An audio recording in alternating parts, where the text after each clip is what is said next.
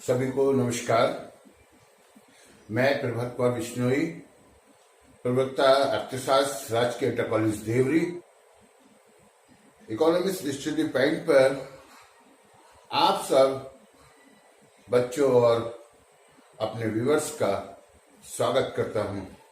आइए शुरू करते हैं एक नया टॉपिक। सभी बच्चों का अभिवादन, सभी व्यूअर्स का हार्दिक अभिनंदन। आइए शुरू करते हैं। आज का अपना टॉपिक व्यष्टि और समष्टि अर्थशास्त्र में भेद या अंतर अथवा उनकी तुलना। किसी भी प्रकार से अगर एग्जाम में आप लिख सकते हैं। इससे पहले जो टॉपिक था हमारा, उसमें हमने समष्टि अर्थशास्त्र और विशिष्ट अर्थशास्त्र की परिभाषा, उनके क्षेत्र के बारे में, उनके महत्व के बारे में आपको बहुत अच्छे करके समझाया। जैसे व्यष्टि अर्थशास्त्र है, इसको सूक्ष्म अर्थशास्त्र भी कहते हैं, पिछले वीडियो में हमने बताया था। और समष्टि अर्थशास्त्र को व्यापक अर्थशास्त्र भी कहते हैं, है ना। ये दोनों अत्यंत आवश्यक हैं और दोनों ही अर्थशास्त्र के अध्ययन में महत्वपूर्ण हैं। दोनों में काफी समानता है, घनिष्ठता है, कोई विरोध नहीं है। देखिए, मैं नोबेल पुरस्कार विजेता सैमुअलसन का जो कोटेशन मैंने यहां लिख रखा है, ये व्यष्टि अर्थशास्त्र और समष्टि अर्थशास्त्र में कोई विरोध नहीं है। दोनों अत्यंत आवश्यक हैं।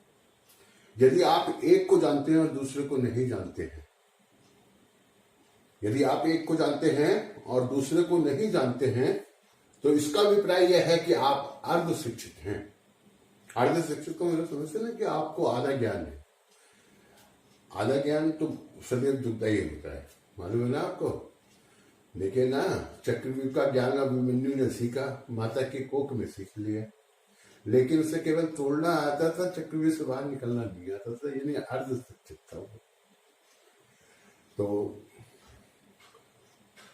आधा ज्ञान तो व्यर्थ किसी काम का नहीं। तो यहां जो ये बात कही है सैमुअलसन ने, बहुत ही महत्वपूर्ण है। समष्टि अर्थशास्त्र पर व्यष्टि अर्थशास्त्र निर्भर है, तो व्यष्टि अर्थशास्त्र पर समष्टि अर्थशास्त्र निर्भर है। दोनों एक दूसरे पर आश्रित है, अच्छे करके आश्रित है। जैसे जंगल है, वन, तो वन का अध्ययन हम तब तक नहीं कर सकते जब तक कि हम वन में एक एक पेड़ का अध्ययन न करें। और यदि एक एक पेड़ का अध्ययन करते हैं तो हम पूरे वन का अध्ययन कर लेते हैं। ठीक है। जैसे व्यष्टि अर्थशास्त्र समष्टि अर्थशास्त्र पर निर्भर है। किसी एक वस्तु का मूल्य या किसी एक साधन का पुरस्कार या किसी एक उत्पादक का लाभ या उसका उत्पादन, एक उद्योग, एक फर्म का उत्पादन, वो समष्टि अर्थशास्त्र के अध्ययन पर निर्भर करेगा, समष्टि पर निर्भर करेगा। कैसे? किसी एक वस्तु का जो कीमत है, एक वस्तु का जो मूल्य है, वो अर्थव्यवस्था में वस्तु के कुल उत्पादन पर निर्भर करती है। कुल उत्पादन कितना हुआ? जैसे पिछले दिनों हमने देखा, मार्केट में सेब ही सेब थे और सेब 100 रुपए के 2 किलो थे। आज सेब की मात्रा कम है, कुल उत्पादन कम है, इसलिए सेब का मूल्य 300 रुपए प्रति क्विंटल है। यानी कि व्यक्तिगत कीमतें जो है कुल उत्पादन पर निर्भर करती है। इसी प्रकार एक फर्म अपने श्रमिकों को जो मजदूरी दे रही है, एक फर्म, एक उद्योग के जो श्रमिक हैं, उनको जो मजदूरी दे रही है, वो उस उद्योग में दी जाने वाली मजदूरियों पर निर्भर करती है। ठीक है। और इसी प्रकार से एक फर्म का जो उत्पादन है, वो उत्पादन और उसका जो लाभ है, वो पूरे उद्योग के उत्पादन और लाभ पर निर्भर करता है। तो इस प्रकार से व्यष्टि अर्थशास्त्र समष्टि अर्थशास्त्र पर निर्भर है। मैंने बिल्कुल स्पष्ट कर दिया इसको। दूसरी तरफ समष्टि अर्थशास्त्र व्यष्टि अर्थशास्त्र पर निर्भर है। ठीक है, यदि हम राष्ट्रीय आय को जानना चाहते हैं तो सीधी सी बात है, हमें प्रति व्यक्ति आय को जानना पड़ेगा। अगर हम संपूर्ण अर्थव्यवस्था का अध्ययन करना चाहते हैं तो हमें उद्योगों का अध्ययन करना पड़ेगा, उद्योगों में प्रत्येक फर्म का अध्ययन करना पड़ेगा। ठीक है, और उसके उत्पादन को देखना पड़ेगा। तो दोनों एक दूसरे के, इनमें कोई विरोध नहीं है, एक दूसरे के पूरक हैं। और समष्टि अर्थशास्त्र और व्यष्टि अर्थशास्त्र में से यदि हम एक को जानते दूसरे को नहीं जानते तो हम अर्थशिक्षित हैं। तो ये इसमें समानता थी जो हमने आपको बताई। अब हम समष्टि व्यष्टि अर्थशास्त्र और समष्टि अर्थशास्त्र अर्थात सूक्ष्म अर्थशास्त्र और व्यापक अर्थशास्त्र में क्या अंतर है, क्या भेद है, ये आपको समझाते हैं। देखिए, व्यष्टि अर्थशास्त्र का जो अध्ययन है उसकी जो अध्ययन वस्तु है वो है व्यक्तिगत इकाइयां, जैसे एक परिवार, एक फर्म, व्यक्तिगत आय, व्यक्तिगत मजदूरी, व्यक्तिगत कीमतें। ये तो व्यक्तिगत इकाइयों का अध्ययन करता है, व्यक्तिगत उपभोग, व्यक्तिगत उत्पादन, व्यक्तिगत आय, व्यक्तिगत बचत, व्यक्तिगत निवेश। समझ गए ना? व्यक्तिगत इकाइयों का अध्ययन है। जबकि समष्टि अर्थशास्त्र संपूर्ण अर्थव्यवस्था को एक मानकर उसका एक रूप में अध्ययन करता है, अर्थात ये बड़े समूहों का अध्ययन करता है। तो दोनों में प्रथम और मुख्य अंतर तो यही है। उसके बाद समिष्ट चर स्थिर मान लेते हैं हम। जब व्यष्टि अर्थशास्त्र का अध्ययन हम करते हैं तो हम समिष्ट अर्थशास्त्र के जो चर हैं, घटक हैं, उनको स्थिर मान लेते हैं। मान्यता, ये तो व्यष्टि अर्थशास्त्र तो बहुत सारी मान्यताओं पर भी आधारित है, जैसे पूर्ण प्रतियोगिता की मान्यता। इसमें तो सीधा लिखा रहता है कि एक बिंदु के पश्चात एक बिंदु, यानी ये समय विशेष की एक यानी बिंदु पर अध्ययन करता है।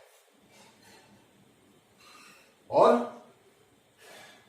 कुल, जैसे व्यक्तिगत किसी वस्तु की व्यक्तिगत जो कीमत है, वस्तु विशेष की जो कीमत है, वो केवल उस वस्तु की मांग और पूर्ति पर निर्भर नहीं करती, अपितु अर्थव्यवस्था में समग्र मांग और पूर्ति पर निर्भर करती है।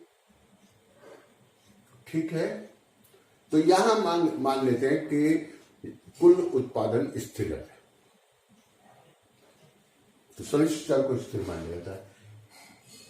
और समष्टि अर्थशास्त्र का जब हम अध्ययन कर रहे होते हैं तो उस समय हम ये मान लेते हैं कि व्यष्टि चर जो है वो स्थिर रहते हैं। ठीक है, जैसे अगर हम राष्ट्रीय आय के बंटवारे का अध्ययन कर रहे हैं, राष्ट्रीय आय का अध्ययन कर रहे हैं, तो हम ये मान के चलते हैं कि जो आय का बंटवारा है, यानी वितरण, डिस्ट्रीब्यूशन है, वो जो है स्थिर है। ठीक है, इसका तीसरा अंतर, यानी व्यष्टि अर्थशास्त्र या सूक्ष्म अर्थशास्त्र कीमत निर्धारण या साधन कीमत निर्धारण अथवा वस्तु कीमत निर्धारण का अध्ययन करता है, जबकि समिष्ट अर्थशास्त्र में हम आय, कुल आय और रोजगार के सिद्धांत का अध्ययन करते हैं। व्यष्टि अर्थशास्त्र में तो हम यानी किसी साधन का पुरस्कार कैसे निर्धारित, साधन चार है ना, भूमि, श्रम, पूंजी, संगठन, साहस। तो संगठन को निकाल दो, चार साहस बचते हैं आपके लिए। तो इन साधनों का पुरस्कार किस प्रकार निर्धारित होता है, तो इसका अध्ययन, अथवा किसी वस्तु का मूल्य किस प्रकार निर्धारित होता है, यानी कि वस्तु की मांग और पूर्ति। तो ये जो चीज है कीमत निर्धारण से संबंधित है व्यष्टि अर्थशास्त्र, जबकि समष्टि अर्थशास्त्र ये जो है किससे संबंधित है, आय और रोजगार के सिद्धांत से। अर्थव्यवस्था में, किसी अर्थव्यवस्था में उत्पादन यानी कि रोजगार की मात्रा आय अथवा उत्पादन पे निर्भर करती है ना। यहां तो हम अध्ययन करेंगे वस्तु कीमत का, यहाँ हम अध्ययन करेंगे कि आर्थिक समस्या है या आर्थिक जो चर है उनका जो संबंध है, ठीक है, उनका जो अध्ययन हम कर रहे हैं। तो कीमत सिद्धांत के अंतर्गत हम वस्तु कीमत निर्धारण मांग और पूर्ति पर निर्भर करता है। वस्तु की कुल मांग कुल पूर्ति जहां पर बराबर होती है वहां वस्तु का मूल्य। इसी प्रकार साधन कीमत जो है वो भी जो है साधन की मांग और साधन की पूर्ति पर निर्भर या साधन की सीमांत उत्पादकता पर निर्भर करती है, ठीक है। तो हम यहाँ पे मांग और पूर्ति को देख रहे हैं, जबकि यहाँ पर हम देखेंगे कि रोजगार किस पर निर्भर करता है। तो रोजगार समग्र मांग और समग्र पूर्ति पर निर्भर करता है, aggregate demand and aggregate supply पर निर्भर करता है। तो समष्टि अर्थशास्त्र की विषय वस्तु है कुल, टोटल, यानी कि कुल आय, कुल उपभोग, कुल निवेश, कुल व्यय, है ना, इत्यादि। तो ये चीज है।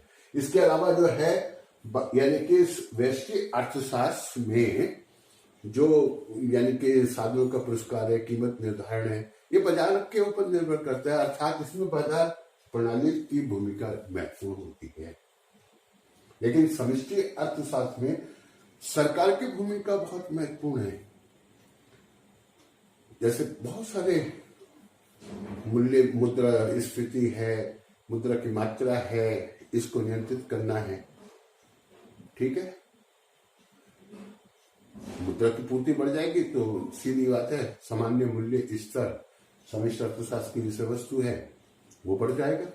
जिस अनुपात में मुद्रा की मात्रा बढ़ेगी, अगर मुद्रा की मात्रा को दुगना कर दोगे तो सामान्य मूल्य स्तर दुगना हो जाएगा, और यदि मुद्रा की मात्रा को आधा कर देते तो सरकार के द्वारा जो ये भूमिका है सरकार की बहुत ही महत्वपूर्ण है।